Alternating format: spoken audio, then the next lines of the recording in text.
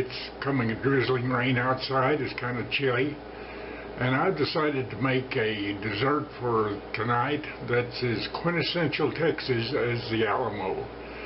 I just happen to have the better part of a loaf of Johnson Swirl raisin cinnamon bread that's getting to the age where it should be used, and so I'm going to whip up a small bread pudding. It's so easy and it is so good. Well, I have this little half-loaf pan here, Pyrex pan, and it's about the right size for 2 people. First thing you want to do is spray the inside of it with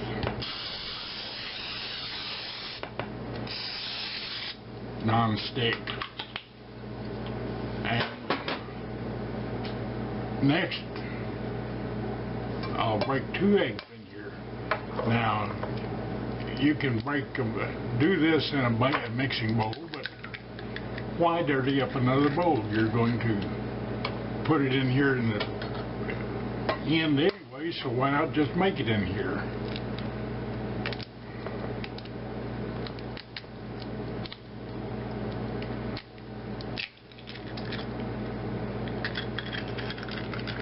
You put in 2 eggs.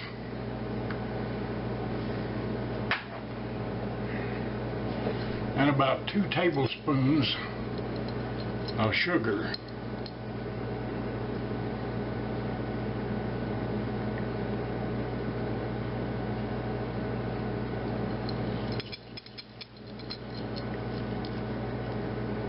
That's about 1.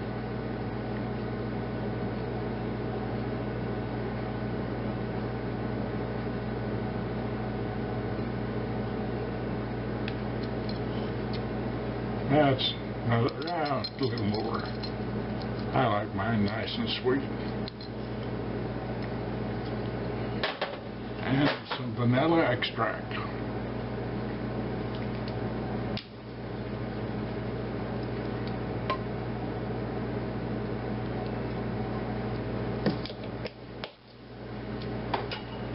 And finally, some milk.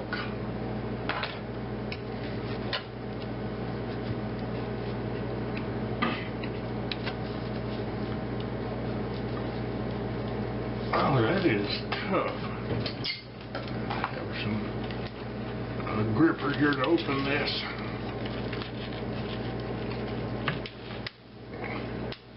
There it came. Well, and you want to pour about, a good ½ cup of milk. That's the beauty of this. There's no such thing as hard measurements. Just eyeball it. And now I'll beat all this together.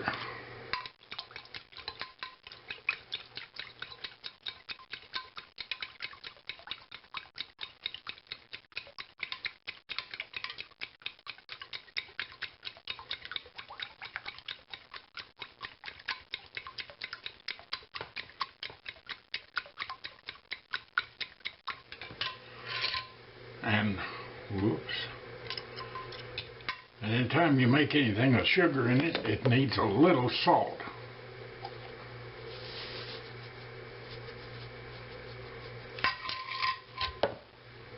Well, at least the fork didn't drown in it.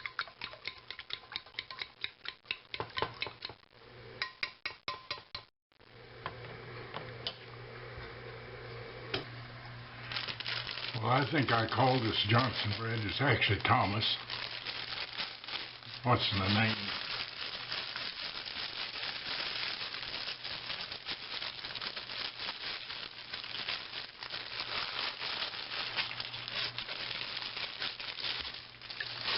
And just start dicing up this bread.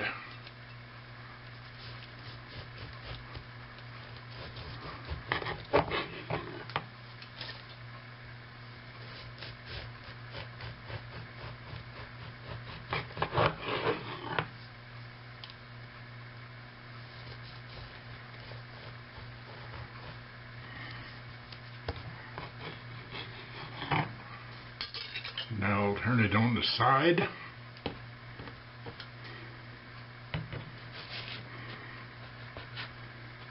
And cut it the other way to make little cubes.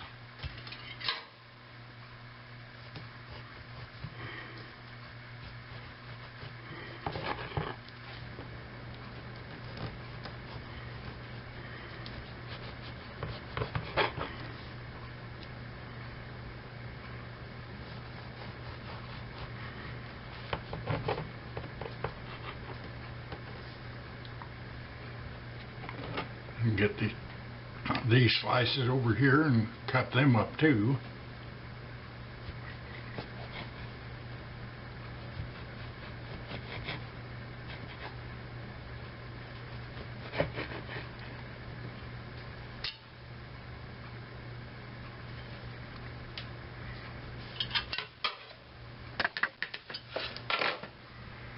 And transfer the bread into the milk and egg mixture.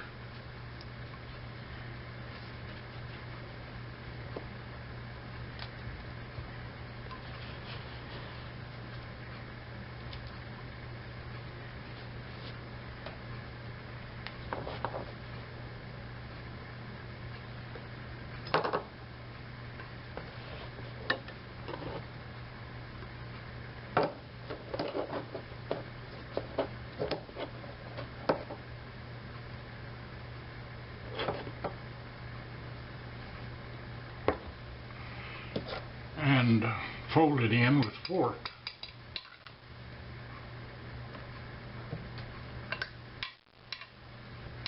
I can do it with dropping as few pieces as possible on the floor. I'm not going to go chasing those.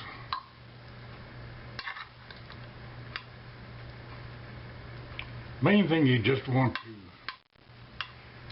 get it wet with the egg and milk mixture.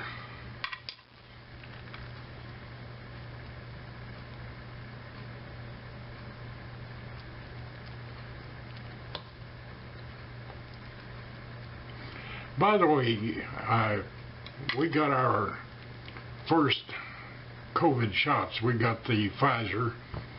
We'll need to go back in 3 weeks and get our second shot.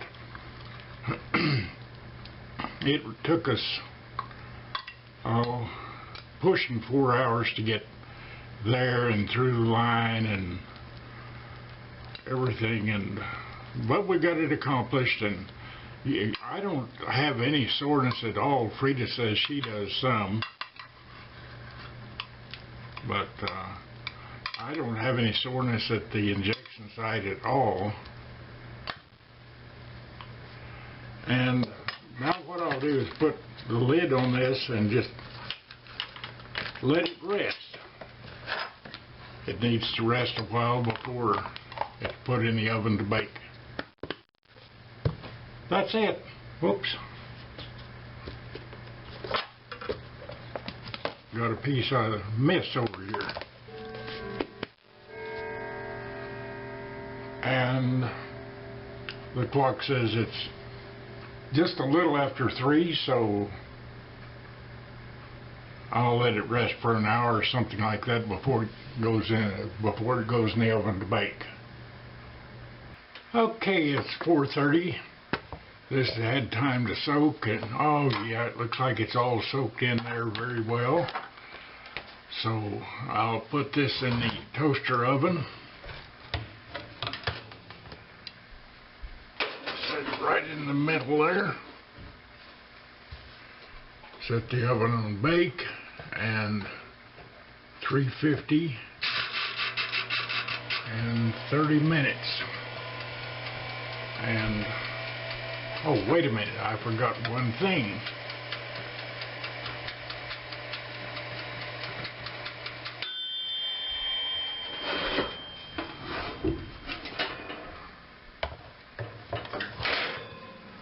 I forgot to sprinkle the top of it with cinnamon sugar mixture.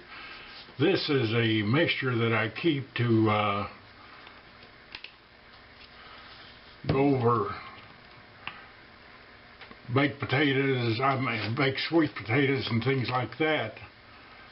And I'll top it with that. Now, I'll set it on 30 minutes and put it in the oven. Put it in the oven in the middle, and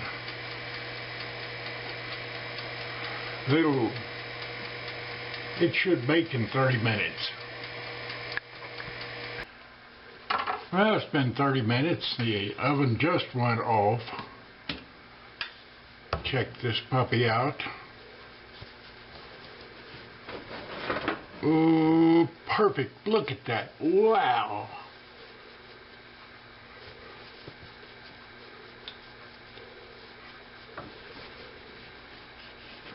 Pick this up out of here.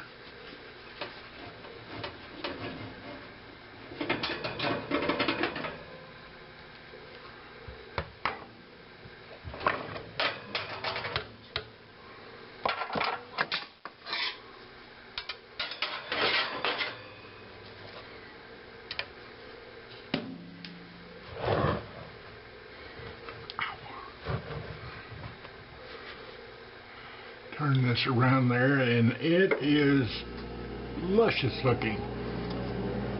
Let that cool a bit, and I'll have that for dessert after dinner. Looks like it's completely cooked all the way through. So now that's bread pudding. Texas cowboy bread pudding. It's so easy to make, and it is so good, and I can't understand why people don't make it a lot more often. No barbecue place in its right mind doesn't sell bread pudding. And there's a law in Texas, I think it is, you have to have Bluebell ice cream, a dip of vanilla Bluebell on top of it when you serve it. I don't have any ice cream, but I do have a vanilla milkshake in the freezer, doll. We'll go with that. Here it is on the table with some ice cream and ready for supper. Ready for my dessert. Get a bite of this bread pudding here with some ice cream.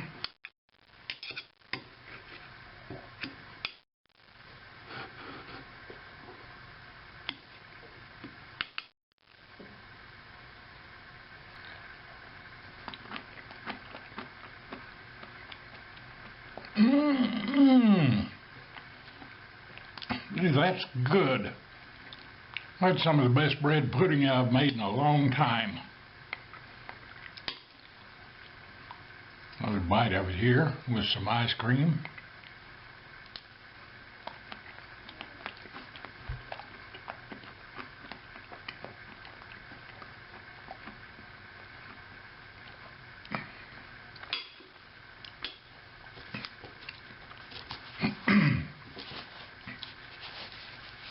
That's good enough for a story.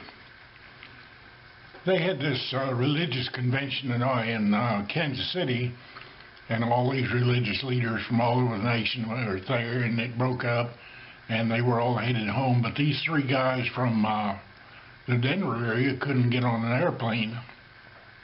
One was a Jewish rabbi, one of them was an Indian Sikh, and the other was a televangelist. So they decided to rent a car and drive through Kansas back home. Late in the afternoon, they looked up, and here's this huge thunderstorm coming up in front of them. And they says, you know, I bet there's not a town with a motel in front of us, so we better find a place to stay.